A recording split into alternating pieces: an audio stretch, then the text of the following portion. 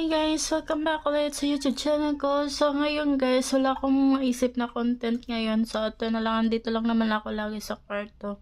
Sobrang antok ako pero napapatuyo ako ng buhok ko. Kasi pag natutulog ako guys, tas basa pa yung buhok ko, sumasakit yung ulo ko.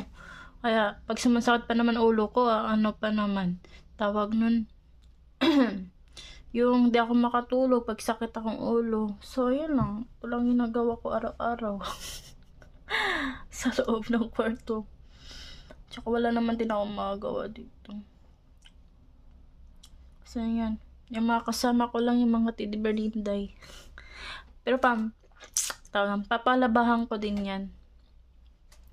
Palalabahan ko yan kasi madumi na din yung mga tidi Berlinday, may alikabok na, so kailangan ko pa labahan. Tsaka yung malalaking mga tidi Berlinday, yan, makapaglaro na yan